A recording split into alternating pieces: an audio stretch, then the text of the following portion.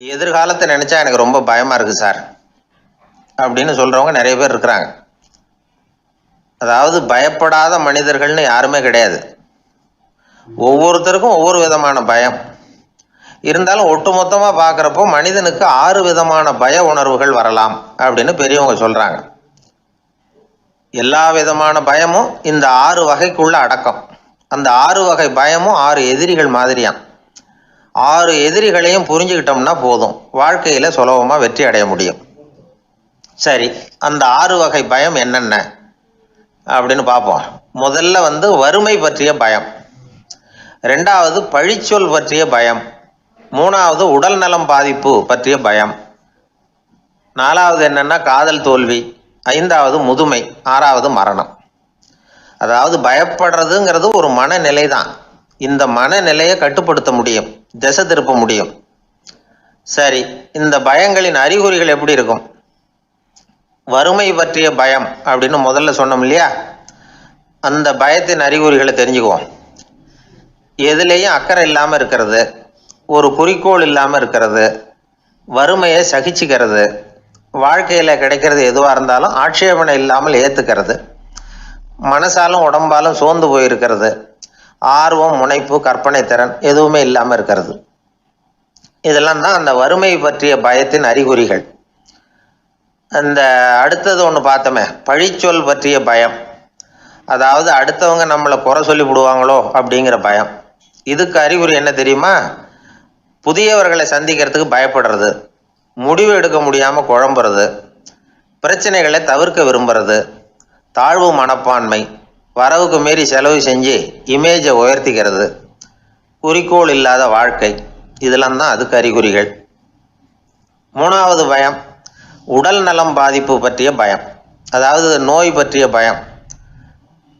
ஒரு உண்மை என்ன தெரியுமா? டாக்டரை சந்திக்கிற மனிதர்களில் 75% பேர் தங்களுக்கு நோய் வந்துட்டுதுங்கிற கற்பனையில் இருக்கிறவங்களாம். நிஜமாவே நோய் கிடையாதான் அவங்களுக்கு. இந்த பயத்தின் அறிகுறிகள் என்னென்னா, வியாதிக்கான அறிகுறிகள் தன்னிடம் இருக்கிறதாக நினச்சிக்கிறது, எந்த நேரமும் வியாதியை பற்றியே பேசி பேசி மனசை அங்கேயே வச்சிருக்கிறது, நோய் சம்பந்தமான செய்திகளை படித்து நமக்கு இப்படி ஆயிடுமோ அப்படின்னு வேதனைப்படுறது. இதெல்லாம் தான் அதுக்கு அறிகுறிகள். 4வது பயம் காதல் தோல்வி. இது ரொம்ப வேதனை, உடம்பையும் மனசையும் சீரழிச்சு விடும். ஆண்களை விட பெண்கள் தான் இந்த பய உணர்வில் அதிகமாக பாதிக்கப்படுறாங்க. 5வது முதுமை பற்றிய பயம். 6வது மரண பயம், வயசான காலத்தில் எப்படி சமாளிக்கிறது அப்படிங்கிற பயம். ஆக இதையெல்லாம் நாம் புரிஞ்சிக்க வேண்டியது ரொம்ப அவசியம். இந்த 6 வகை பயங்களை சரியாக புரிஞ்சுக்கிட்டு நாம் நடந்துக்கணும். வாழ்க்கையின் முன்னேற்றத்துக்கு இந்த பயங்கள் முட்டுக்கட்டே ஆகிடக்கூடாது. உழைச்சி பணம் சேர்க்கணும், உற்சாகமாக மனசை வச்சுக்கணும். மனசை கட்டுப்படுத்துகிற மார்க்கம் தெரிஞ்சுக்கிட்டா போதும், எல்லாம் சரியாக வந்துடும். நம்ம ஆள் ஒருத்தன் சொன்னான், சார் எனக்கு வறுமை பற்றிய பயம்தான் இருந்தது, ஒரே ராத்திரியில் 30,000 ரூபா தயார் பண்ணிவிட்டேன், இப்போ எனக்கு இன்னொரு பயம் வந்துட்டுதுன்னா. என்ன பயம்னு கேட்டாங்க. போலீஸு கண்டுபிடிச்சிருமோங்கிற பயம்னா. இது இந்த பயத்தில் அடங்காது. அதனால் அஞ்சி அஞ்சி சாவார், அஞ்சாத பொருள் இல்லை அப்படின்னு பாரதி சொன்னார் இல்லையா, அது மாதிரி பயத்தை புரிந்து கொண்டு அதற்கு தகுந்த மாதிரி நம்முடைய வாழ்க்கையை அமைத்து கொள்ள வேண்டும். அப்படி அமைத்து கொள்ளுகிறவர்களுக்கு வெற்றி நிச்சயம். இந்த பேச்சாளர்கள் என்னென்னா, சில பேர் தெளிவாக பேசி குழப்புறவங்க இருக்கிறாங்க, குழப்பமாக பேசி தெளிவுபடுத்துகிறவங்க இருக்கிறாங்க. அப்படிப்பட்ட பேச்செல்லாம் உண்டு. குழப்பமாக பேசி தெளிவுபடுத்துறது யாருன்னா சித்தர்கள். நம்ம பழைய சித்தர் பாட்டெல்லாம் பார்த்திங்கன்னா படிக்கிறதுக்கு குழப்பமாக இருக்கும், ஆனால் அது கருத்து தெளிவாக இருக்கும். அதுதான் குழப்பமாக பேசி தெளிவுபடுத்துகிறவரெல்லாம் பழைய நம்ம சித்தர்கள். தெளிவாக பேசி குழப்புறவங்க இருக்கிறாங்க சில பேச்சாளர்கள். ஒருத்தன் ஆடு மேய்ச்சிக்கிட்டு இருந்தானா, ஒரு ஆடு மேய்ச்சிக்கிட்டு இருந்திருக்கிறான் ஒரு திடலில். அந்த ஆடு மேய்க்கிற அந்த ஆள் ரொம்ப தெளிவாக பேசணும்னு நினைக்கிறவன். அவர்கிட்ட போய் கேட்டிருக்கான், அந்த ஆள்கிட்ட போய் ஒருத்தன் கேட்டான், மந்தையில் எத்தனை ஆடுப்பா இருக்கு? அப்போ அவன் சொன்னான், நான் ஆடு மேய்க்கிறேன் சார். எதையும் தெளிவாக கேட்கணும், நீ கருப்பாட்டை கேட்குறியா வெள்ளாட்டை கேட்குறியா அப்படின்ட்டுருக்கான். கருப்பாடு அது ஒரு 50 இருக்குது அப்படின்னா. சரி, வெள்ளாடு எத்தனை இருக்குது அப்படின்னா, அதுவும் 50 தான் இருக்குது அப்படின்ட்டுருக்கான். இன்னும் ரெண்டும் ஒரே ஆன்சர் தானே சொல்கிறான் அப்படின்னு சொல்லி, சரி இந்த ஆடெல்லாம் எவ்வளவு புல் சாப்பிடும் ஒரு நாளைக்கு? சார் மறுபடியும் தெளிவாக கேளுங்க, கருப்பாடா வெள்ளாடா? கருப்பாடு அப்படின்னா 10 கிலோ சாப்பிடும். சரி, வெள்ளாடு அதுவும் 10 கிலோ சாப்பிடும். ரெண்டுக்கும் அதே தான் சொல்கிறான். சரிப்பா, இது எல்லாம் எவ்வளவு பால் கறக்கும் இந்த ஆடெல்லாம்? சார் திருப்பி திருப்பி சொல்ல தெளிவாக கேளுங்க. கருப்பாடா வெள்ளாடானா? கருப்பாடு தென்னை 5 லிட்டர் கறக்கும், வெள்ளாடு அது 5 லிட்டர் தான் கறக்கும். அப்புறம் இப்படியே இவன் தெளிவாக பேசி இவன் என்ன சொல்லிட்டு வரான்னு தெரியல. ரெண்டும் ஒரே ஆன்சர் தான், அப்புறம் எதுக்கு பிரித்து பேசுகிற, ரெண்டும் ஒன்று தாடா சொல்கிறேன்னு இருக்காரு. அப்படி இது ஆரம்பத்திலே கேட்டால் சொல்லிட்டு போகிறேன். ஏன்னா ஏன் அப்படி தெளிவாக பிரித்து கேட்குறேன்னா, அந்த கருப்பாடெல்லாம் எதிர்த்த வீட்டுக்காரனுக்கு சொந்தம். சரி, வெள்ளாடு அதுவும் எதிர்த்த வீட்டுக்காரனுக்கு தான் சொந்தம். இப்போ என்ன பேசினா தெளிவாக பேசி குழப்பிக்கிட்டு இருக்கான்னு அர்த்தம். எந்த பேச்சை கேட்டாலும் ஒரு தன்னம்பிக்கை வரணுமா கேட்குறவங்களுக்கு, அதுதான் நல்ல பேச்சு அப்படின்னு சொல்லுவாங்க. கேட்குறவங்களுக்கு ஒரு தன்னம்பிக்கை, வாழ்க்கையில் ஒரு பிடிப்பு வரணும், தன்னம்பிக்கை வரணும். அப்படிப்பட்ட எண்ணத்தில் தான் அவங்கெல்லாம் நல்ல கருத்துக்களை சொல்ல வந்திருக்கிறாங்க. அது என்னென்னா, ஒரு ஒரு ஒரு ஒரு இளைஞன் வந்து எங்கெங்கேயோ வேலை தேடி இருக்கான், வேலையே கிடைக்கல. உடனே ஒரு தண்டவாளத்தில் போய் தற்கொலை பண்ணி ஒன்று தண்டவாளத்தில் தலையை வச்சு படுத்துட்டானான். யாரும் வேலை கொடுக்கல, தண்டவாளத்தில் போய் தற்கொலை பண்ணி எடுத்து படுத்துருக்கான். அப்போது 2 பக்கமும் திரும்பி பார்க்குறான், ரயிலே வரல. என்ன தற்கொலை பண்ணால் கூட ரயில் வர மாட்டேங்குது அப்படின்னு சொல்லிட்டு பார்த்துருக்கான். அப்போ யாரோ ஒருத்தர் பேசிகிட்டு இருக்கார், ஒரு திடலில் கூட்டம், பெரியவர் பேசிகிட்டு இருக்கார். நம்ம அந்த பெரியவர் போய் கொஞ்ச நேரம் அந்த கூட்டத்தையாவது கேட்டுட்டு வருவோம், இனி ரயில் வர்ற பாட்டை காணும், அப்புறம் வந்து தலையை வச்சு படுத்துக்குவோம் அப்படி நேராக அந்த கூட்டத்துக்கு போனால் ஒரு திடலில் ஒரு பெரிய மனுஷன் பேசிகிட்டு இருக்கார். தன்னம்பிக்கை, வாழ்க்கையில் வந்து இளைஞர்கள் ரொம்ப தன்னம்பிக்கையோடு இருக்கணும் அப்படி இப்படின்னு பேசிகிட்டு இருக்கார். இவன் போய் உட்காந்து கேட்டான். இந்த இளைஞன் 1 மணி நேரம் கேட்டான். 2000 பேர் உட்காந்து கேட்டுக்கிட்டு இருந்தாங்க. உடனே கூட்டம் முடிஞ்சுது, கூட்டம்லாம் கலைஞ்சி போச்சு. அந்த பெரியவர் பேசிக்கிட்டு இருந்தார், அவரை போய் இவன் சந்தித்தான். இளைஞன், ஐயா, நான் வந்து தற்கொலை பண்ணிக்கணுங்கிற எண்ணத்தோடு வந்தேன், தண்டவாளத்தில் தலையை வச்சு படுத்தேன், ரயில் வரல, அந்த நேரம் உங்கள் பேச்சு குரல் தான் கேட்டுது, நான் வந்து உங்கள் பேச்சை கேட்டேன், 1 மணி நேரம் கேட்டேன், கேட்டு முடித்ததுக்கப்புறம் என்னுடைய எண்ணத்தை நான் மாற்றிக்கிட்டேன், நான் இனிமேல் தற்கொலை பண்ணிக்க மாட்டேன் அப்படின்னா. அவர் பேச்சாளருக்கு ரொம்ப பெருமை, இதுதான் ஒரு பேச்சுக்கு அடையாளம், இப்படி தான் இருக்கணும். சரி, அந்த முடிவுக்கு எப்படி நீ வந்தேன்னு கேட்டார். இப்போ உங்கள் பேச்சை இந்த கூட்டத்தில் எவ்வளோ பேர் கேட்டுக்கிட்டு இருந்தாங்க சார் அப்படின்னு கேட்டான். ஒரு 2000 பேர் இருக்கும்பா அப்படின்னார் அவர். அப்போ அந்த இளைஞன் சொன்னானா, ஒரு 2000 பேரை ஒரே நேரத்தில் சாகடிக்கிற நீ உயிரோடு இருக்கிறப்போ நான் எதுக்கு சார் சாகணும்? நான் இது வரைக்கும் யாருக்கும் எந்த கெடுதலும் பண்ணலை, நான் இனிமேல் சாக மாட்டேன் சார்ட்டு போயிட்டானா.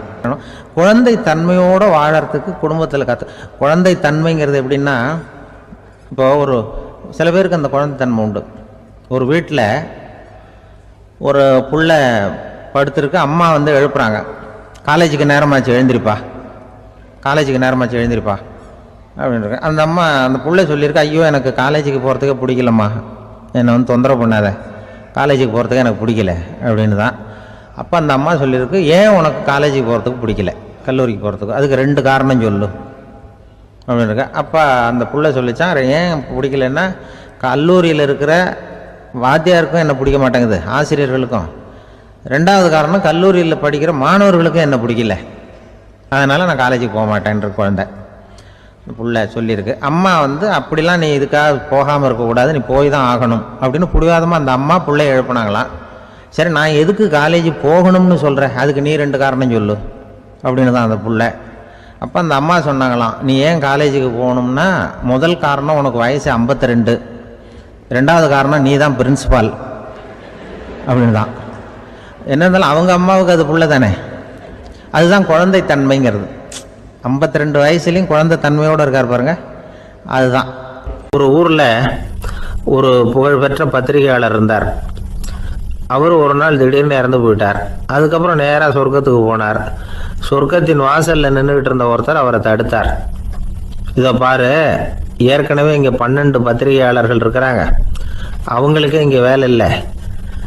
அதுக்கு என்ன காரணம்னா, சொர்க்கத்தில் திடுக்கிடும் செய்திகள்லாம் ஒன்றும் கிடையாது, அப்படி என்ன இருக்க போகுது இங்கே எல்லாம் அது ஒழுங்காக நடந்துக்கிட்டு இருக்கோம். எல்லாம் ஒழுங்காக நடந்தால் பத்திரிகைகளுக்கு சுவாரஸ்யமான கொலை கொள்ளை தீ வைப்பு இது மாதிரி எதுவும் இங்கே இல்லை. ஏற்கனவே இங்கே இருக்கிறவங்க எல்லாரும் மரத்தடியில் உட்காந்துக்கிட்டு தியானம் பண்ணிகிட்டு இருக்கிறாங்க. அந்த ஒரே செய்தி தான் தினமும் இங்கே வந்துக்கிட்டு இருக்குது. அதை படிக்கிறதுக்கே இங்கே ஆள் கிடையாது. அதனால் நான் என்ன சொல்கிறேன்னா, நீ பேசாமல் நரகத்துக்கே போயிடு. அங்கே எவ்வளவோ நிகழ்ச்சிகள் நடந்துக்கிட்டு இருக்கு, அங்கே தான் அதிகமான பத்திரிகையாளர்கள் தேவைப்படுறாங்க, அங்கே உனக்கு நிறைய வேலை இருக்கும், அதை செய்கிறதில்ல நீயும் மகிழ்ச்சியாக இருக்கலாம் அப்படின்னு சொன்னாராம். அங்கே அந்த சொர்க்கத்தின் வாசலில் நின்றுக்கிட்டு இருந்தவர். இந்த பத்திரிகையாளர் அங்கேயே நின்று கொஞ்சம் யோசனை பண்ணார். இவருக்கு சொர்க்கத்திலே இருக்கணும்னு தான் ஆசை. அதனால் மெதுவாக அவர்கிட்ட பேசினாராம். ஐயா, என்னை ஒரு 24 மணி நேரம் இங்கே உள்ளே இருக்கிறதுக்கு அனுமதி கொடுங்க. இங்கே இருக்கிற பல பத்திரிகையாளர்களை எனக்கு தெரியும். அவங்களில் சில பேரை சமாதானப்படுத்தி மெதுவாக பேசி நரகத்துக்கு அனுப்பி வச்சுட்றேன். நான் இங்கே இருந்துக்கிறேன். உங்கள் கணக்குப்படி 12 பேருக்கு மேலே இங்கே தாண்டாது, அப்படி பார்த்துக்கிறேன் அப்படின்னாராம். அவரும் யோசனை பண்ணி பார்த்துட்டு, சரி அப்படியே உனக்கு அனுமதி கொடுக்குறேன், ஆனால் ஒரு விஷயம், 24 மணி நேரம் தான் அனுமதி, அதுக்குள்ளே எல்லாம் நடக்கணும் அப்படின்ட்டுருக்கார். சரின்னு சொல்லிவிட்டு இந்த பத்திரிகையாளர் உள்ளே போனார். யோசனை பண்ணார். திட்டம் போட்டு ஒரு பொருளையை கிளப்பி விட்டார். சக பத்திரிகையாளர்கள் எல்லாம் கூப்பிட்டு சொன்னாராம், இந்த பாருங்க, நரகத்தில் ஒரு பெரிய தினசரி பேப்பரை கொண்டுகிட்டு வர்றதுக்காக திட்டம் போட்டுக்கிட்டு இருக்காங்க. அதுக்கு பல அதிகாரிகள் தேவைப்படுறாங்க. நிறைய சம்பளம் கிடைக்கும். யார் யாரெல்லாம் நரகத்துக்கு போக ஆசைப்படுறாங்களோ அவங்கெல்லாம் போகலாம் அப்படின்னு ஒரு பொருளையை கிளப்பி விட்டார். 24 மணி நேரம் கழித்து வாசல் பக்கம் போனார். அங்கே இருந்தவர்கிட்ட எத்தனை பேர் வெளியேறினாங்கன்னு விசாரிச்சாராம். அப்போ அவர் இவரை, நீ வெளியே போகக்கூடாது, முதல்ல உள்ளே தான் இருக்கணும் அப்படின்னு தடுத்தாராம். அப்புறம் சொன்னாராம், நீ சொன்ன செய்தியை கேட்டதும் இங்கே இருந்த எல்லா பத்திரிகையாளர்களுமே நரகத்துக்கு போயிட்டாங்கப்பா, உள்ளே யாருமே இல்லை, அதனால் நீ உள்ளே இருக்கலாம் அப்படின்னாராம். இதை கேட்டதும் இந்த பத்திரிகையாளரே குழம்பி போயிட்டார். ஒருவேளை உண்மையிலேயே நரகத்தில் புதுசாக பத்திரிகை ஏதாவது ஆரம்பிக்க போகிறாங்களோ அப்படின்னு அவரே நினைக்க ஆரம்பிச்சிட்டாராம். அப்புறம் சொன்னாராம், ஐயா என்னை விட்டுருங்க, நான் நரகத்துக்கே போயிடுறேன், அங்கே ஏதோ விசேஷம் இருக்கணும் அப்படின்னாராம். இல்லைன்னா இத்தனை பேரும் ஒட்டு மொத்தமாக அங்கே போகிறதுக்கு சான்ஸே இல்லை, என்னை தடுக்காதீங்கன்னு கெஞ்ச ஆரம்பிச்சிட்டாராம். மற்றவங்க நம்பணுங்கிறதுக்காக ஒரு பொருளையை கிளப்பி விட்டார். கடைசியில் தானே அந்த பொருளைக்கு ஆளாயிட்டார். அதாவது பிறரை ஏமாற்றிய அவரது மனம் கடைசியில் அவரையே ஏமாற்ற ஆரம்பிச்சுட்டு பாருங்க. நீங்கள் இப்படி அடுத்தவங்களை ஏமாத்துறதுக்கு உங்கள் மனசை பழக்கப்படுத்துறீங்க, ஆனால் கடைசியில் அதனால் நீங்களே ஏமாற்றப்படுகிறீர்கள் அப்படிங்கிறது பெரியவர்களுடைய புத்திமதி. அதனால் உங்கள் மனசுக்கிட்ட ரொம்ப எச்சரிக்கையாக இருங்கோ அப்படிங்கிறாங்க. நம்ம ஆளுங்க அங்கே போய் என்ன சொல்லுவாங்கன்னா, இந்த பாரு அங்கே போகாத இங்கே போகாதேன்னு பயமுறுத்துறது உண்டு. சில பேர் அங்கே பேய் இருக்குது, பிசாசு இருக்குது அப்படின்னு பொருளையை கிளப்பி விடுறது உண்டு. இருட்டு நேரம் காட்டு வழியாக ஒருத்தன் போய்கிட்டு இருக்கிறான். அங்கே பேய் பிசாசு நடமாட்டம் இருக்கிறதாக வதந்தி. இவன் பயந்துக்கிட்டே வேகமாக போகிறான். காடு முடிஞ்சு மெயின் ரோட்டுக்கு வந்து சேர்ந்தான். அப்பாடா, ஒரு பஸ்ஸு நின்றுட்டு இருக்கு தனியாக. இருட்டில் லேசாக தெரிஞ்சுது. ஓடி போய் ஏறி உள்ளே உட்காந்துக்கிட்டான். பயந்துக்கிட்டே போனவன் அப்புறம் தான் தெரியுது உள்ள யாருமே இல்லை, டிரைவரும் இல்லை, கண்டக்டரும் இல்லை, வேற யாரும் இல்லை. இவனுக்கு பேய் பயம் அதிகமாக போட்டுது.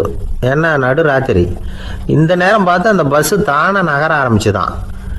இவனுக்கு இன்னும் பயம் அதிகமாக போட்டுது. ஏன்னா டிரைவர் சீட்டு காலியாக இருக்குது, பஸ்ஸு நகருது. இவன் உடம்பு பூரா நடுங்க ஆரம்பிச்சுட்டுது. வீல்னு கத்தலாமான்னு பார்த்தான். அந்த நேரம் பார்த்து அவன் தோளில் ஒரு கை விழுந்துதான். திடுக்கிட்டு திரும்பி பார்த்துருக்குறான். அங்கே டிரைவர் நிற்கிறார். அவர் சொன்னாராம், ஏன்பா ஏற்கனவே பஸ்ஸு பிரேக் டவுன், நாங்கள்லாம் பின்னாடி இறங்கி நின்று தள்ளிட்டு இருக்கிறோம், நீ மட்டும் ஜாலியாக ஏறி உக்காந்துக்கிட்டியா, இறங்கி வந்து தள்ளுப்பா அப்படின்னாராம். அப்படி கணவன் தேர்ந்தெடுக்கிறது, குடும்ப தலைவனை தேர்ந்தெடுக்கிறது ஒரு பெரிய காரியம். ஒரு பெரிய செல்வந்தர் போட்டி வச்சாராம். ஒரு நீச்சல் குளம், அதில் யார் வேணாலும் குதித்து அந்த பக்கம் போய் கரையேறலாம். அந்த நீச்சல் குளத்தில் விஷப்பாம்புலாம் கிடக்கு. யார் துணிஞ்சி அந்த விஷப்பாம்பு இருக்கிற குளத்தில் குதித்து அந்த பக்கம் போய் கரையேறானோ அவனுக்கு ஒரு 100 ஏக்கர் நிலம் கொடுப்பேன். அது வேண்டான்னா ஒரு 1000 ஆடு கொடுப்பேன். அதுவும் வேண்டான்னா என் பொண்ணை கொடுப்பேன் அப்படின்னு போட்டி வச்சார். அதான் மாப்பிள்ளையை தேர்ந்தெடுக்கிறதுக்கு அவர் ஒரு வழி, நீச்சல் குளத்தில் குதிச்சு கரையேறணும். இப்போ அந்த ஊரில் இருக்கிற இளைஞர்கள்லாம் பார்க்குறாங்க அந்த குளத்தில் குதிக்கணும்னு. ஆனால் குளத்தில் ஒரு விஷப்பாம்புலாம் கிடக்கு. இது என்ன பண்ணுறதுன்னு பார்த்தா யாருமே குதிக்கிறதுக்கு தைரியம் வரல. திடீர்னு ஒருத்தன் துணிஞ்சு குதிச்சான். படபடன்னு அடிச்சுட்டு போய் அந்த பக்கம் கரையேறிட்டான். கரையேறினோடனே பரவாயில்லையே ஒரு ஆள் வந்துட்டான்னு சொல்லி அவனை அந்த இளைஞனை போய் பிடிச்சிட்டு வந்தாங்க. அந்த பெரியவர் கேட்டார், ஏப்பா இவ்வளவு பெரிய விஷப்பாம்பெல்லாம் கிடக்கிற நீச்சல் குளத்தில் நீ துணிஞ்சு குதித்து கரையேறி இருக்கிற, உனக்கு என்ன 1000 ஏக்கர் நிலம் கொடுத்துருவா, 100 ஏக்கர் நிலம் கொடுக்கவா சொல்கிறப்படி அப்படின்னா வேண்டாம் சார்ன்றான். ஓஹோ அப்படின்னா ஒரு 1000 ஆடு வேணுமா உனக்கு அப்படின்னா அதுவும் வேண்டாம் சார். ஓ அப்படின்னா என் பொண்ணு வேணுமா அப்படின்னா அதுவும் வேண்டாம் சாருங்கிறான். அப்புறம் எதுக்குடா குதிச்சுன்ட்டு என்ன உனக்கு என்ன தான் வேணும் அப்படின்னு கேட்டிருக்காரு.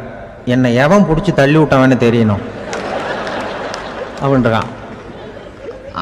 அதுக்காக அவன் பார்த்துருக்கான். அப்படி இருந்தால் தான் துணிச்சல் வரும் இந்த காலத்தில். அதாவது இந்த இவங்க இதில் மாநில கல்லூரியிலேருந்து மனோதத்துவ பேராசிரியர் ஒருத்தர் வந்தார். அவர் மாணவர்களெல்லாம் அழைச்சிட்டு வந்தார் என்கிட்ட.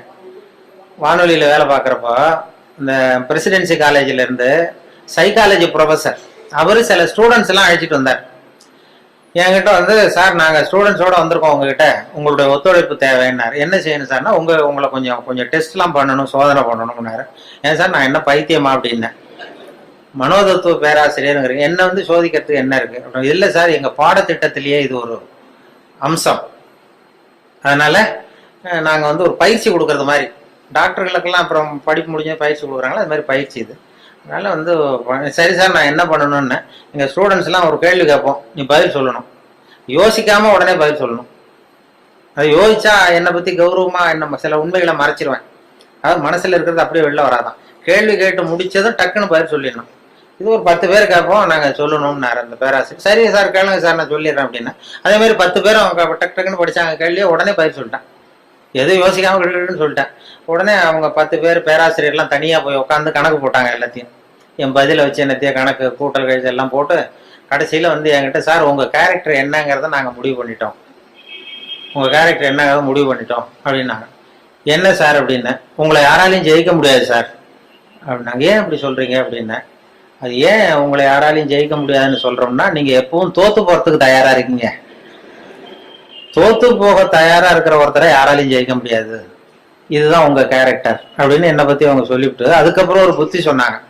இந்த கேரக்டர் உள்ளவங்க எந்த தொழில் தொடங்கினாலும் அது உருப்படாது.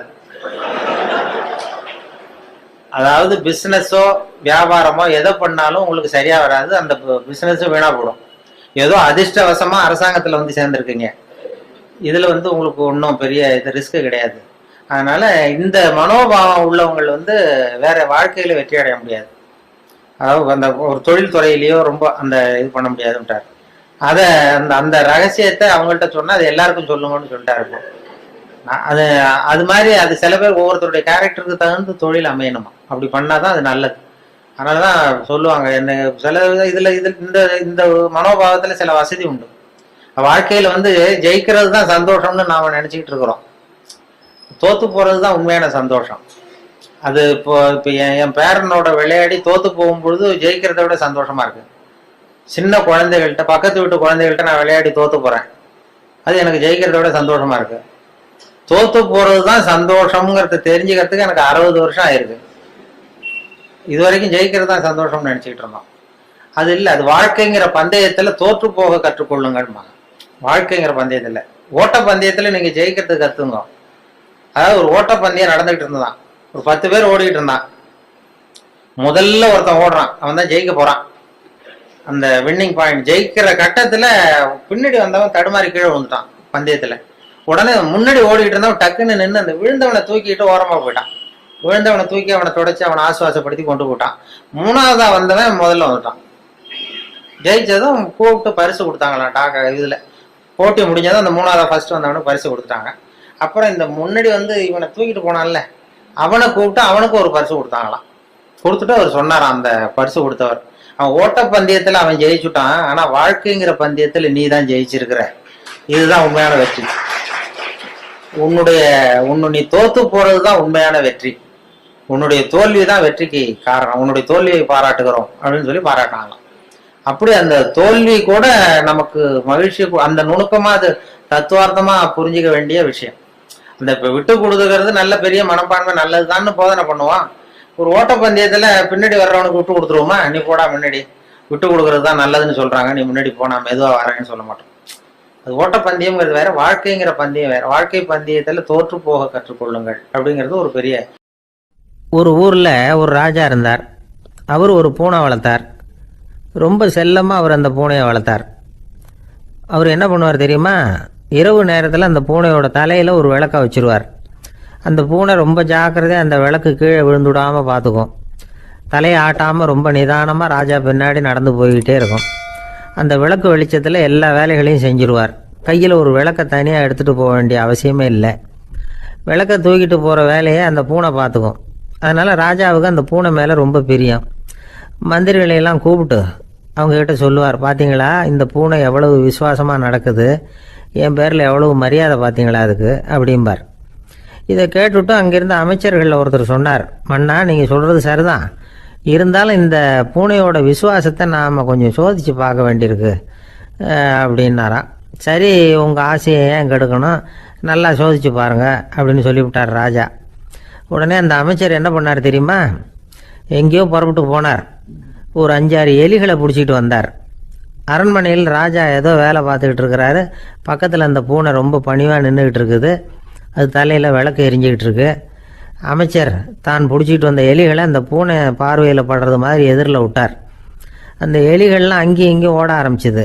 அதை பார்த்தது பூனை, அவ்வளவுதான். தலையில் இருக்கிற விளக்கை பற்றியும் கவலைப்படலை, ராஜாவை பற்றியும் கவலைப்படலை. ஒரே பாய்ச்சலாக பாஞ்சு எலிகளை துரத்த ஆரம்பிச்சுட்டுது. தலையில் இருந்த விளக்கு எங்கேயோ போய் விழுந்தது, அணைஞ்சு போச்சு. இருட்டில் ராஜா தடுமாற ஆரம்பிச்சுட்டார். இந்த சமயத்தில் அந்த அமைச்சர் மறுபடியும் விளக்கை ஏற்றினார். வெளிச்சம் வந்தது. அதுக்கப்புறம் அந்த அமைச்சர் பேசினார், அரசே, பூனையோட விசுவாசத்தை பார்த்தீங்களா, எலி அது கண்ணில் படுற வரைக்கும் தான் விசுவாசமாக இருந்தது. அது மாதிரி எலியை பார்த்ததும் எல்லாத்தையும் விட்டுட்டு அதை துரத்த ஆரம்பிச்சுட்டு பார்த்தீங்களா. தான் அந்த பூனையை பற்றி நினச்சது தப்புங்கிறது அதுக்கப்புறம் தான் அந்த ராஜாவுக்கு புரிஞ்சுதான்.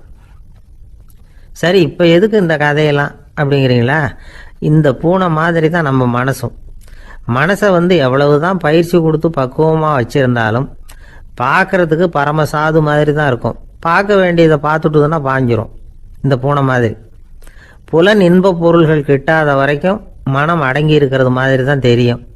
கொஞ்சம் வாய்ப்பு கிடைச்சாலும் அது குதிக்க ஆரம்பிச்சிடும், தப்பு பண்ண ஆரம்பிச்சிடும். பெரிய பெரிய முனிவர்கள் வாழ்க்கையில் நடந்த வீழ்ச்சி இதை தான் நிரூபிக்குது. புலன்களின் ஆற்றல் அதிகம். அதனால் மனக்கட்டுப்பாடு பயிற்சிகளில் ரொம்ப எச்சரிக்கையாக இருக்கணுங்கிறார் சுவாமி சிவானந்தர். மது பழக்கத்தையே விட்டுவிட்டேன்னு உறுதியாக இருப்பான். கடை கண்ணில் பட்டுவிட்டதுன்னா கால் அவனை கேட்காமலே இழுத்துக்கிட்டு உள்ளே போயிடும். இதுதான் மனசுங்கிறது. அதுதான் அந்த ராஜா வளர்த்த பூனை. நம்மால் ஒருத்தன் அந்த ராஜா பூனை தலையில் விளக்க வச்சது மாதிரி இவன் தன்னுடைய தலையிலேயே ஒரு விளக்கை ஏற்றி வச்சுக்கிட்டு என்னத்தையோ தேட ஆரம்பித்தான். தேடிக்கிட்டு இருக்கிறான். தலையை ஆட்டாமல் நிதானமாக நடந்து ரொம்ப நேரமாக தேடிட்டு இருக்கிறான். அந்த சமயம் அங்கே வந்த ஒருத்தர், என்னத்தை தேடுறீங்கன்னு கேட்டார். அதுதான் மறந்து போச்சு அப்படின்னு இழுத்தான். சரி, கொஞ்சம் இப்படி உட்காருங்க, ஞாபகம் வந்ததும் தேட ஆரம்பிக்கலாம் அப்படின்னார் அவர். இவன் கொஞ்ச நேரம் உட்காந்து யோசித்தான். அப்புறம் திடீர்னு எழுந்திரிச்சான். ஞாபகம் வந்துட்டுதுன்னா. என்னன்னு கேட்டார். எங்கள் வீட்டில் இருந்த விளக்கை எங்கே வச்சேன்னு தெரியல, அதுதான் தேடிக்கிட்டு இருக்கிறேன், ஏற்றி வைக்கலாம்னு பார்க்குறேன் அப்படின்னா. அதே மாதிரி சகிப்புத்தன்மை இதெல்லாம் சொல்லுவாங்க. சகிப்புத்தன்மைங்கிறது இன்டர்நேஷனல் இயர் ஆஃப் டாலரன்ஸ் அப்படின்னு கொண்டாடினாங்க. சர்வதேச சகிப்புத்தன்மை ஆண்டு 1995. அப்போ ரேடியோவில் இது மாதிரி சகிப்புத்தன்மையை பற்றி நீ ஒரு இது சொல்லுன்னு சொன்னார். எங்கள் டைரக்டர் அப்பப்போ சொல்லுவார். அப்பப்போ ஒரு ஆர்டர் போடுவார், இன்னைக்கு இதை பற்றி சொல்லு, இன்னைக்கு அதை பற்றி சொல்லணும். அந்த கருத்தை வாங்கிட்டு கதையை வழக்கம் போல் கதை ஒன்று பண்ணுறது தான். அது ஒரு டாக்டர் உட்காந்துருக்கிறார் இந்த ரூமில். ஒரு ரூமில் டாக்டர் உட்காந்துருக்கார். வெளியில் பெஞ்சு போட்டிருக்கு வரிசையா. அதில் 40 பேர் உட்காந்துருக்கான். 40 பேரும் டாக்டரை பார்க்கறதுக்கு. 40 பேர் சட்டையும் கட்டி பக்கத்தில் வச்சிருக்கான். 40 பேர் வாயிலும் 40 தெர்மாமீட்டர் இருக்கு. இது எதுக்கு வந்தான்னு தெரியல. எல்லாரும் தெர்மாமீட்டரோட வரிசையா உட்காந்துருக்காங்க. அப்போ ஒருத்தன் செவுத்துல ஆணி அடிக்கிறதுக்கு காலண்டர் மாட்டுற ஆணி அடிச்சுனா விரல் நசுங்கி போச்சு அதே தெருவில். சரி, நம்ம தெரு டாக்டர் தானேன்னு ஓடி நர்ஸை மாட்டேன். நர்ஸு இது சிஸ்டர் இதில் ஏதாவது மருந்து போடுங்கன்றான். இதெல்லாம் மருந்து நீ 41வது ஆளாக உட்காருன்னு இருக்கு. இல்லையே நான் விரல் தானேன்னு இருக்கான். அதெல்லாம் கேட்காத உட்காருன்னு உட்காந்தான். சட்டையை கேட்டுன்னு இருக்கு. மறுபடியும் விரலை காட்டிடுறான். அதெல்லாம் நீ எங்கே அடிபடுவான்னு சட்டையை கேட்டுன்னு எல்லாரையும் பாருனதும் எல்லாம் கட்டி வச்சுறான். இவனும் கட்டி வச்சுட்டான். வச்சுட்டு வாயை திறந்ததும் தெர்மாமீட்டர் வச்சுட்டு ஓடி போச்சு. இவன் வாயில தெர்மாமீட்டர் வச்சுக்கிட்டு யோசிக்கிறான், எதுக்கு தெர்மாமீட்டர் வச்சு பார்க்குறாங்க, நாங்கள் விரல் தானே நசிக்கிட்டு வந்தோம் அப்படின்னு பார்த்தா அவன் விரல் நசிக்கிருக்கான்னு எட்டி பார்க்குறான். அவனுக்குலாம் நல்லா இருக்கு. சரி, எதுக்குடா வந்தேன்னு கேட்கணும்னா வாயை திறக்க முடியல. அவனும் ஏதோ சைகையிலேயே பதில் சொல்றான், வாயில மூடிக்கிட்டு அப்படி இப்படின்னு ஏதோ சொல்றான், புரியல. 40 பேர் 40 கதையோட உட்காந்துருக்கான். ஆனா 40 பேர் வாயிலையும் தெர்மாமீட்டர், கண்ணு செவந்து இருக்குது, வாய் உப்பி இருக்கு, பதில் சொல்ல முடியல, பேச முடியல, சகிச்சுக்கிட்டு உட்காந்துருக்காங்க. ஒரு 15 நிமிஷம் கழிச்சு நர்ஸ் ஓடி வந்து டெம்பரேச்சர் அவங்க பேர் எல்லாம் குறிச்சிக்கிட்டு டாக்டர் ரூமுக்கு ஓடி போச்சு. இப்படி போனதுக்கு அப்புறம் இவன் ஆரம்பிச்சான். இந்த 41வது ஆள் விரல் நசிட்டு தானே, உலகம் ரொம்ப கெட்டு போச்சியா, எதுக்கு தெர்மாமீட்டர் வச்சு பாக்குறேன்னு தெரியல உங்களுக்கு, எல்லாத்துக்கும் தெர்மாமீட்டர் வைக்கிறாங்க, சட்டையை கேட்ட சொல்றாங்க, இதை நான் சும்மா விட போறது இல்லை, உண்டு இல்லைன்னு பார்க்க போறேன்னு சொல்றான். அப்ப இந்த 40வது ஆள் அவனுக்கு அட்வைஸ் பண்றான், அதை பாருப்பா, இது மாதிரிலாம் சத்தம் போடாத, இதெல்லாம் வந்தா இது சர்வதேச சகிப்புத்தன்மை ஆண்டு, இது மாதிரி இடத்துலதான் நம்ம சகிப்புத்தன்மையை கத்துக்கணும், இது மாதிரிலாம் அனாவசியமா அப்படிலாம் சத்தம் போடாது, கொஞ்ச நேரம் மரியாதையா வாழை சுட்டிட்டு மரியாதையா உட்கார் அப்படின்றான் இந்த 40வது ஆள் அவன்கிட்ட. அப்படி சொன்னதும் அவனுக்கு இன்னும் கோபம் வந்துட்டுது. 41வது ஆள் விரல நீ எனக்கு இவ்வளவு புத்தி சொல்றியடா, நீ எதுக்கு வந்த அப்படின்னு இருக்கான். நான் தபால் கொடுக்க வந்தவையா, தினப்படி வருவேன் சட்டையை கேட்ட சொல்லுவாங்க, நான் கேட்டு வைப்பேன், தெர்மாமீட்டர் வச்சு பார்ப்பாங்க, அதுக்கப்புறம் எடுத்துட்டு போனதும் மறுபடியும் சட்டையை மாட்டிக்கிட்டு நான் பாட்டு தபால் கொடுத்துட்டு போயிடுவேன். இதுல என்ன கெட்டு போயிட்டோம், எல்லாரும் சகிப்புத்தன்மையை வளர்த்துங்கப்பா எல்லாரும் அப்படின்னு சொல்லிட்டு போனாங்களாம். அது மாதிரி இது மாதிரி சந்தர்ப்பத்தை எல்லாம் நீங்க அதை வளர்த்துக்கலாம், சகிப்புத்தன்மை வளர்த்துக்கிறது, சிரிக்க கத்துக்கிறது அப்படின்ட்டு. அதனால சாலை ஓரமா அழுதுகிட்டு உட்காந்துருந்தான். பிச்சை எடுத்து சாப்பிட்ற ஒருத்தன் அந்த பக்கமாக வந்தான். இவனை பார்த்தான்.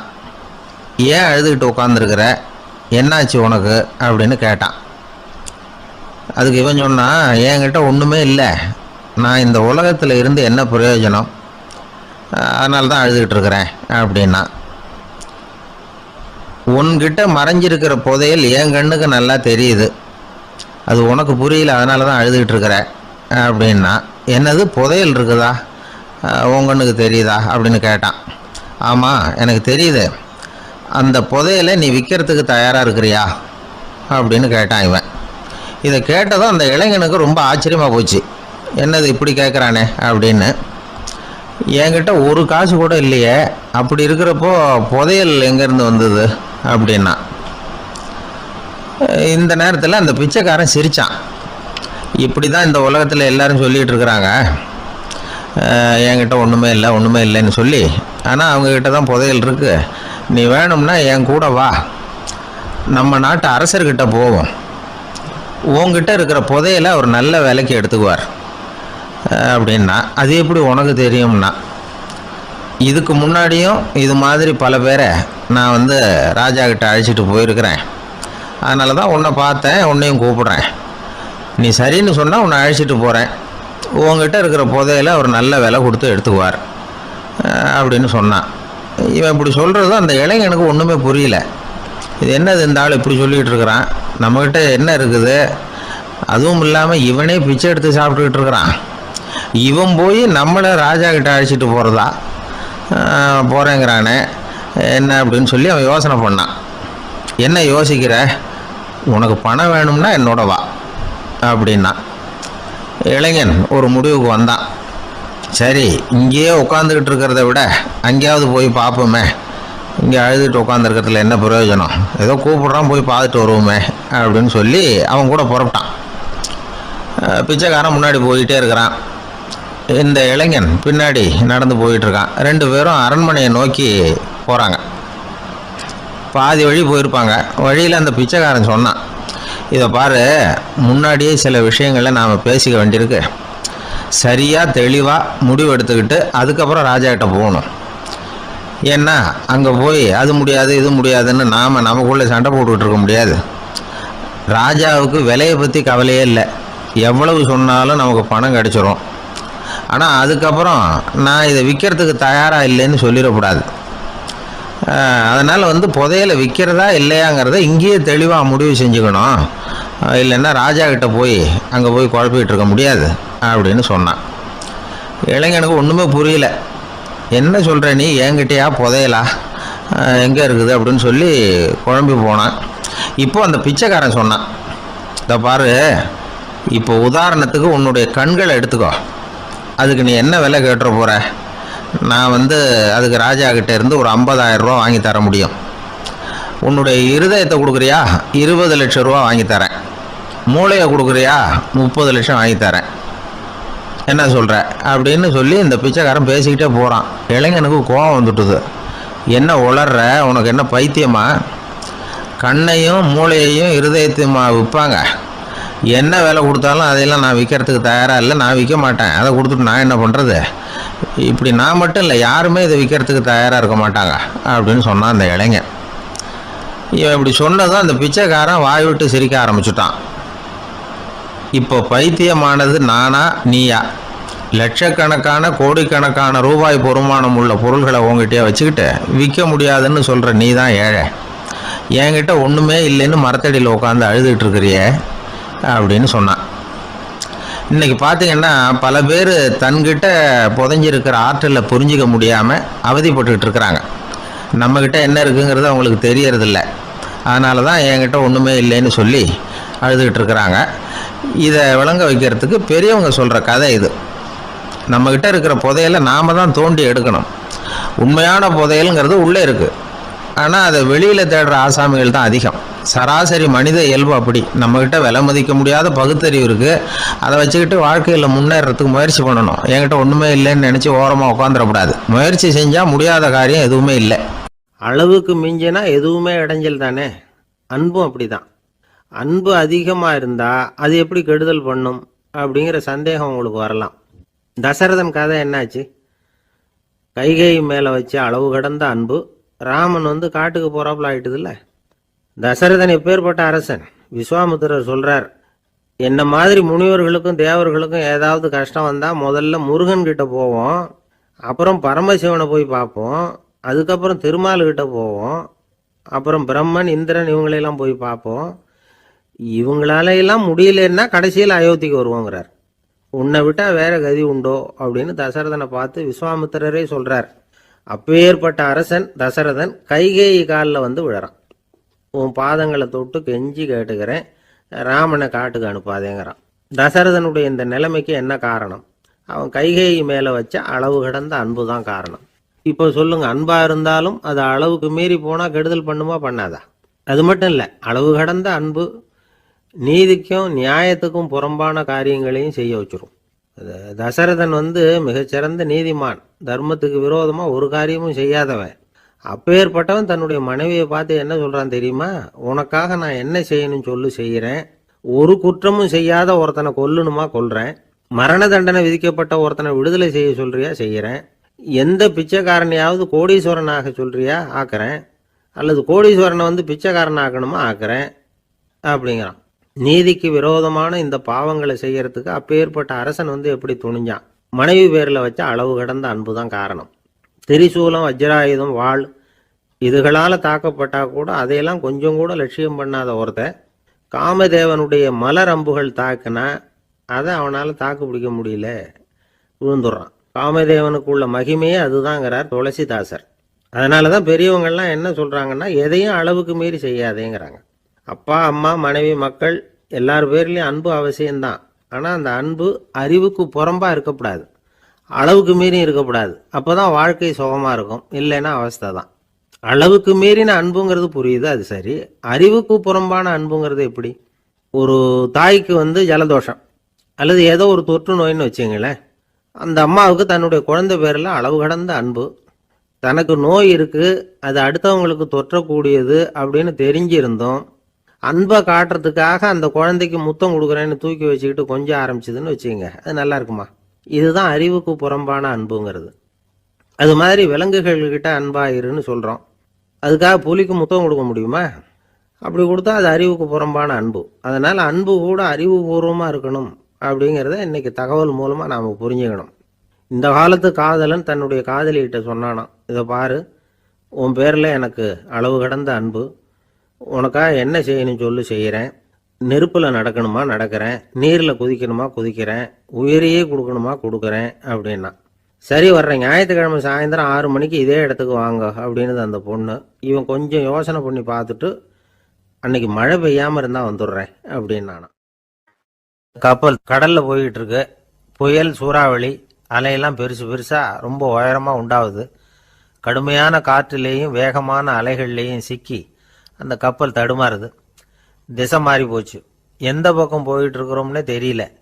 அந்த கப்பலை செலுத்திக்கிட்டு இருந்த மாலுமி ரொம்ப சாமர்த்தியமாக செயல்பட்டார். தன்னுடைய அறிவாற்றலையும் திறமையையும் முழுமையாக பயன்படுத்தினார். அந்த கப்பலை கட்டுப்படுத்தினார். மெதுவாக அந்த சூறாவளியிலிருந்து கப்பலை காப்பாற்றி கரைக்கு கொண்டுட்டு வந்து சேர்த்துட்டார். மாலுமின்னு ஒருத்தர் இருந்ததுனால அந்த மரக்கலம் காப்பாற்றப்பட்டது. மாலுமின்னு ஒருத்தர் இல்லைன்னு வச்சுக்கோங்க, அந்த கப்பலோட கதி என்னவா இருக்கும் யோசிச்சு பாருங்க. ஒரு கோபக்காரனுடைய நிலைமையும் அப்படித்தானா. கோபக்காரன்கிறவன் ஒரு மாலுமி இல்லாத மரக்கலம் அப்படிங்கிறார் நபிகள் நாயகம். கொந்தளிக்கிற கடல்ல கொடுமையான அலைகளின் உச்சியில அல்லல் படுகிற மரக்கலத்தை விட மோசமானது கோபக்காரனின் நிலைமை அப்படிங்கிறது அவருடைய கருத்து. அது மாதிரி இதுன்னு சொல்லல, அதை விட மோசம் இது அப்படிங்கிறார். ஏன் தெரியுமா? ஒரு கப்பல் கடல்ல தடுமாறுனா அதை சரிப்படுத்த மாலுமி இருக்கிறார். அவர் தன்னுடைய சாமர்த்தியத்தினால அதை கட்டுப்படுத்தி சரியான வழிக்கு கொண்டுட்டு வந்துடுவார். ஆனா கோபக்காரனுடைய நிலைமை அப்படி இல்லை அப்படிங்கிறார் நபிகள் நாயகம். மனித மனம் ஒரு மரக்கலம், அறிவு அதில் இருக்கிற மாலுமி. மாலுமி மரக்கலத்தை செலுத்துறான், அவனுக்கு கட்டுப்பட்டு அது ஓடுது. ஆனா கோபக்காரன்கிற மனுஷங்கிட்ட அறிவுங்கிற மாலுமி சரியா வேலை செய்ய மாட்டான்.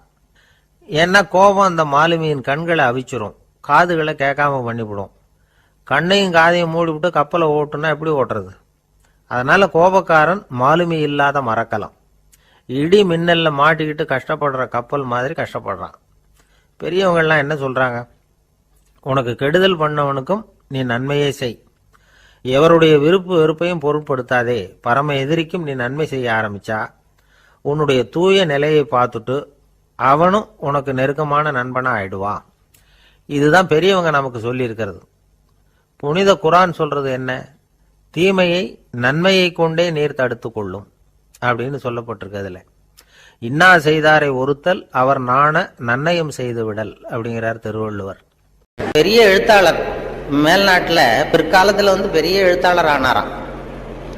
அவருக்கு சின்ன வயசுல படிக்கும் பொழுது ஒரு கட்டுரை எழுத சொல்லியிருக்கிறார் வாத்தியார். என்ன கட்டுரைன்னா விபத்து அப்படின்னு தலைப்பு. விபத்துன்னு சொல்லி ஒரு கட்டுரை அல்லது கதை எழுதுங்கன்னு சொல்லியிருக்கார்.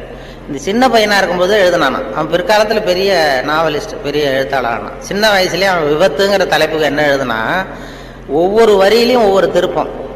அதாவது ஒரு 10வது மாடியில் ஒருத்தன் வெள்ளை அடிச்சுக்கிட்டு இருந்தான் அப்படின்னு எழுதுறான். 10வது மாடியில் வெளிப்பக்கமாக நின்றுக்கிட்டு ஒருத்தன் வெள்ளை அடிச்சுக்கிட்டு இருந்தான். துரதிர்ஷ்டவசமாக அந்த வெள்ளை அடித்தவன் கால் தவறி கீழே விழுகிறான், விழுந்துகிட்டு இருக்கான். அதிர்ஷ்டவசமாக அந்த நேரம் சாலையில் ஒரு வைக்கோல் வண்டி வந்து கொண்டிருந்தது. அடுத்த வரி. அடுத்தது, துரதிர்ஷ்டவசமாக அந்த வைக்கோலின் நடுவே ஒரு கடப்பாறை சொருகியிருந்தார்கள். அதிர்ஷ்டவசமாக இவன் அந்த கடப்பாறையில் விழவில்லை. துரதிர்ஷ்டவசமாக அவன் வைக்கோலிலும் விழாமல் தரையில விழுந்து செத்து போட்டான். இந்த ஆளு இதை எழுதினவன் பிற்காலத்தில் பெரிய எழுத்தாளர் ஆயிட்டாரான். பெரிய இதாகி அப்படி சுபாவம் சின்ன வயசுலயே தெரியும் யாராருக்கு என்ன அப்படின்னு சொல்லி. நமக்கெல்லாம் அது நம்ம ஆசிரியர்களுக்கே சில சுபாவங்கள் உண்டு. அது உங்களுக்கெல்லாம் தெரிஞ்ச விஷயமா இருக்கும். ஒவ்வொரு அவங்கவுங்க துறை சம்பந்தப்பட்ட இதாக இருக்கும். அதாவது ஒரு 3 பேராசிரியர்கள் ஒரு ஊருக்கு போனாங்க. ஒரு பெரிய பல்கலைக்கழகத்தில் இது மாதிரி பேசுறதுக்கு 3 துறை பேராசிரியர்கள் போனாங்க. ஒரு உடற்பயிற்சி ஆசிரியர், ஒரு பிசிக்ஸ் பேராசிரியர், ஒரு கணக்கு வாத்தியார், 3 பேரும் போனாங்க. கணித பேராசிரியர். இது மாதிரி ஒரு விழாவில் பேசி முடிச்சதும் கொண்டு போய் கெஸ்ட் ஹவுஸில் 3 பேரையும் தங்க வச்சாங்க. நாளைக்கு மறுநாள் அவங்க ஊருக்கு போகணும். இது மாதிரி விழாவில் கலந்துக்கிட்டு முடிஞ்சதும் கணித பேராசிரியருக்கு ஒரு ரூம், இவருக்கு அந்த பிசிக்ஸ் பேராசிரியருக்கு ஒரு ரூமு, உடற்பயிற்சி ஆசிரியருக்கு ஒரு ரூம் போட்டு கொடுத்தாச்சு. இது மேல்நாட்டில் நடந்தது. அதனால என்னன்னா அவங்களுக்கு அந்த ஆகாரம்லாம் டப்பாவிலேயே வச்சிருக்கிறாங்க. அந்த டப்பாவில் டின்னு ஃபுட்டுங்கிறாங்கல்ல, அது மாதிரி டின்னில் அடைச்சி அவங்க ரூமில் வேண்டிய ஆகாரம்லாம் வச்சு கொடுத்து கொண்டு போய் விட்டு வந்துட்டாங்க. அந்த வந்துட்டு மறுநாள் காலையில் எழுந்திரிச்சார் இந்த ஆர்கனைசர். அப்போதான் அவருக்கு அப்படியே பதறி போயிட்டார். ராத்திரி அந்த 3 பேராசிரியர்களுக்கும் 3 டப்பாவில் உணவு கொடுத்தோம், ஆகாரம். அதை திறக்கிறதுக்கான கருவியை கொடுக்காம வந்துட்டோம். திறக்கிறதுக்கு ஒரு பொருள் அது இல்லாமல் கொடுத்தோம். எப்படி அவங்க டப்பாவை திறந்தாங்களா, சாப்பிட்டாங்களா என்னன்னு தெரியல அப்படின்னு ஒரு பதறி போய் விடிஞ்சதும் ஓடுறாரு விழுந்தடிச்சு. இந்த வரவேற்ற ஓடி போய் முதல்ல அந்த உடற்பயிற்சி ஆசிரியர் கதவை திறந்தாரா, ரூமை திறந்தா அவர் நிம்மதியாக தூங்கிட்டு இருக்காரு. டப்பா திறந்து கிடக்கு, சாப்பிட்டுட்டு நிம்மதியாக தூங்கிட்டு இருக்காரு. உடனே இவர் போய் தட்டி எழுப்பி, எப்படி சார் அந்த டப்பாவை திறந்தீங்க, அந்த இதை கொடுக்கலையே நாங்கள் உங்களுக்கு அப்படின்னு. இது என்ன சார், உடல் பலம் தான் சார் முக்கியம், டப்பாவை பலம் ஓங்கி கீழே அடித்தேன் திறந்துட்டுது, அது என்ன பெரிய காரியம் அப்படின்னு சொல்லி உடற்பயிற்சி செஞ்சுட்டேன், அதனால சாப்பிட்டேன் இருக்காரு. பரவாயில்ல சார் அப்படின்னு சொல்லி அடுத்த ரூமுக்கு ஓடி இருக்காரு.